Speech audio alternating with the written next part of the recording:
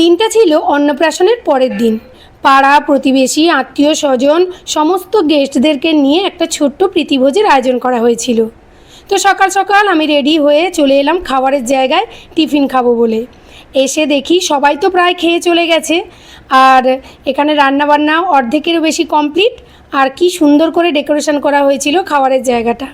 গরমের জন্য প্রচুর ফ্যানের ব্যবস্থা করা হয়েছিল, তাছাড়া দুদিকে দুটো বড় বড় কুলারের ব্যবস্থাও করা হয়েছিল। তো খাওয়া দাওয়া শেষ করে আমি দেখলাম যে মুখটা ধুতে গিয়ে দেখে এখানে সাজিয়ে সমস্ত রান্না রাখা আছে। হ্যাঁ, তখনও রান্না চলছিল, বেশ কিছু রান্না আরও বাকি ছিল। কি কি আইটেম হয়েছিল ওই দিন অবশ্যই তোমাদের সঙ্গে শেয়ার করব। টিফিন সেরে খাবারের জায়গা থেকে চলে এলাম মেন জায়গায়। এখানেই পুচকুর মা পুচকুকে নিয়ে বসবে, আমরাও সবাই আড্ডা দেব। তাছাড়া এখানে অনেকগুলো স্টল বসেছিল, কফি, ফ্রেঞ্চ ফ্রাই, পনির পকোড়া, লস্যি, পান, সমস্ত কিছুর স্টল বসেছিল। যে যার মতো করে মনের মতো করে খাবার খাচ্ছিল, যার যতটা খেতে ইচ্ছে করছিল। তো এই গরমে তো বেশি কিছু খেতেই পারছিলাম না। তো আমি তো সবেমাত্র টিফিন সেরে এসে খুব বেশি কিছু খেতেও পারিনি, তো শুধু জাস্ট ভিডিও করার জন্য একটু একটু করে নিয়েছিলাম। প্রথমে তো চুল ছেড়ে আমি এদিক ওদিক ঘুরছিলাম, তারপর এত গরম লাগছিল যে দৌড়ে ঘরের ভেতরে এসে এসি রুমের মধ্যে বেশ কিছুক্ষণ বসেছিলাম। তারপরে আমার দিদির মেয়ের মামি শাশুড়ি, ও কিন্তু পার্লারের কাজ জানে, তো সবাইকে সাজুগুজু করে দেওয়ার পরে যখন ও ব্যাগ গোছাচ্ছিল ঠিক সেই মুহূর্তে আমি বললাম, এই চুলগুলোকে আমার একেবারে উপরের দিকে বেঁধে দাও। তো তখন সেই দিদি আমার চুলগুলোকে এইভাবে সুন্দর করে কার্লি করে দিয়েছিল।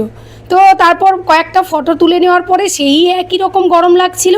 অবশেষে মাত্র দুটো ক্লাচার দিয়ে খোপা করে নিয়ে মাথায় একটু ফুল নিয়ে ব্যাস, তারপরে ভিডিও শ্যুট করব বলে জাস্ট এইগুলো একটু খাওয়া, না হলে পেটের মধ্যে একেবারেই খিদে ছিল না, কেননা আমি অনেক লেট করে টিফিন খেয়েছি। তো পানটা তো আমি কতগুলো খেয়েছি তা গুনে শেষ করা যাবে না। অবশেষে মেন কোর্সে চলে এলাম, তখন বাজে বিকেল 3টে।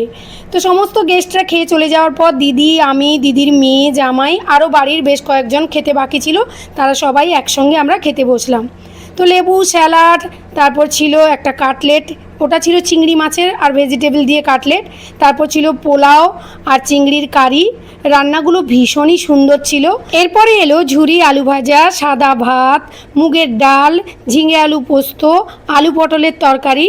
আমার তো কোনো সবজিই খেতে ইচ্ছে করছিল না, তো শুধু ভিডিও করব বলে একটু একটু করে নিয়েছিলাম।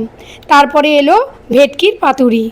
অসাধারণ টেস্টি ছিল ভেটকির পাতুরিটা, মানে কি বলবো, মুখে দিলেই যেন মিলিয়ে যাচ্ছিল, এত সুন্দর টেস্ট হয়েছিল। প্রত্যেকটা রান্নাই অপূর্ব হয়েছিল। তারপর এলো কাতলা মাছের কালিয়া, অসাধারণ ছিল। মাছটার টেস্ট তো দুর্দান্ত ছিল, সব পুকুরের মাছ ছিল।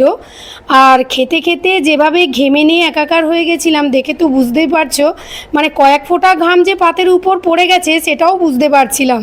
তো যাই হোক, মজা করলাম। তো মাথার উপরে ফ্যান আর চারিদিকে কুলারের হাওয়া থেকেও কিন্তু ঘামকে আটকানো যাচ্ছিল না। তারপর এলো পায়েস, মিষ্টি, পাঁপড়, আইসক্রিম, আর পানটা তো লাস্টে আমি খাবো। এই যে এখন মুখটা নাড়ছি, এটা কিন্তু পানই খাচ্ছিলাম। তো তারপর এই যে পুচকুকে একটু সাজুগুজু করিয়ে নিয়ে জাস্ট একটা ভিডিও শ্যুট করা হবে বলে এই যে খাওয়ার আয়োজন করা হয়েছিল, মানে খাবারের থালাকে সাজানো হয়েছিল। পুচকু তো আর এইসব খেতে পারবে না, যাকে উদ্দেশ্য করে এত কিছু, সে কিন্তু এতটুকুই কিছু খেতে পারে না, শুধু